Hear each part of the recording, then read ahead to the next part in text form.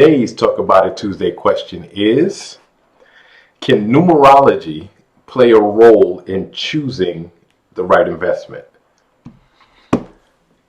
Believe it or not, this is not the first time that I've gotten a question like this. But let me just share a story and then I'll get to what I think about that. So a few years ago, I did a big event called the Wealth Masters Symposium. And I invited people who were top in their field in real estate, business, tax strategy, investing, marketing, even someone who was a political specialist on the intersectionality between politics and business. So these were people who were super successful in those fields, and they all addressed my audience and they told them how they got started, how they rose, up the ladder of success, and gave advice to everyone on what they could do to also find success and grow wealth. And at the end, we had a question and answer period.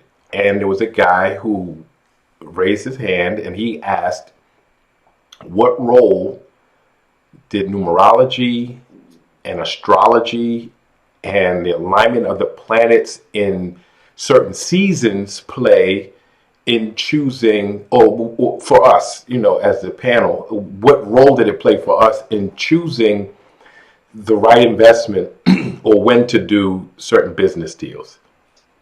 And I sat there for a second. I said to myself, this was an all-day event, and he listened to hours and hours of speakers outlining everything you need to do to be successful. And not one of them said that you should study numerology because it will be impactful in your journey to success, because that will tell you when to make a deal, choose an investment, how much. No one said that. As a matter of fact, no one endorsed any type of magical thinking. No one said you should get a vision board. No one said you need to recite these mantras.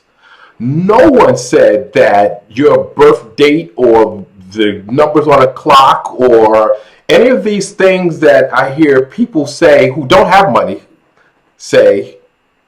Not one of these experts said that. Now, in my 20-year journey as an entrepreneur and an investor, I've had the pleasure to be in meetings and do deals and just have conversations with people who are far more successful than I am and far smarter than I am and who have way more experience than I have. And people who are successful, believe it or not, do not have a problem sharing how they became successful. If you ask, they find joy in sharing how they became successful. And in my 20-year experience, not a single person said numerology was important or astrology or any of these card readings or this reading or none of that stuff was important in terms of making a decision to move, to act on what to choose, how to choose it. Not one. Just think about it for a second. We as humans focus on things, we tend to, and I'm guilty of it. When I first started, I had mantras stuck up on the wall. I did all these things, right? We focus on the things that don't matter because we don't have the ability to focus on the things that do, because we tend not to know what matters. And we want to have a sense of control. We want to have a sense of having some secret knowledge that's going to empower us that nobody else has.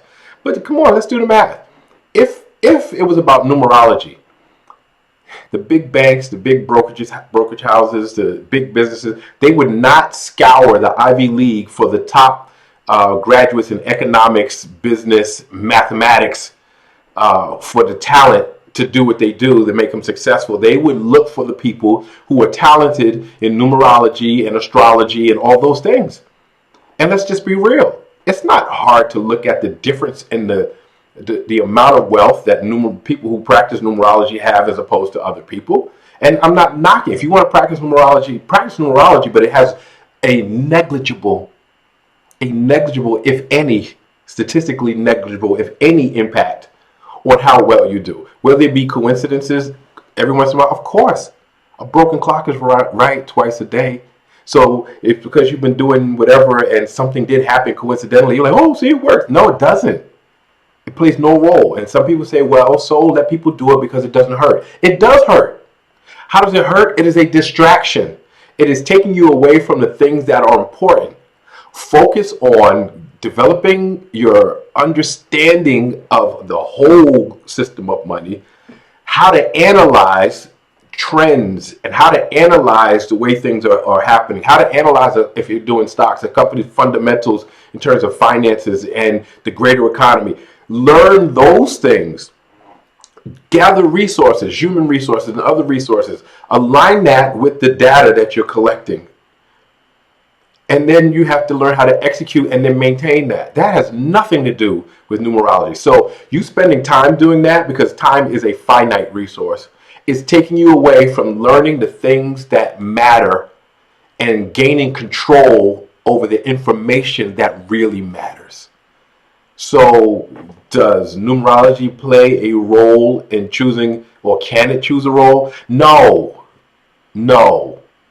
Throughout the vision boards, throughout the mantras, it makes you feel good, but it doesn't do anything. Throw out the numerology, throw out the astrology, throw out whatever, like meditating on it is not going to make it happen for you. It takes action.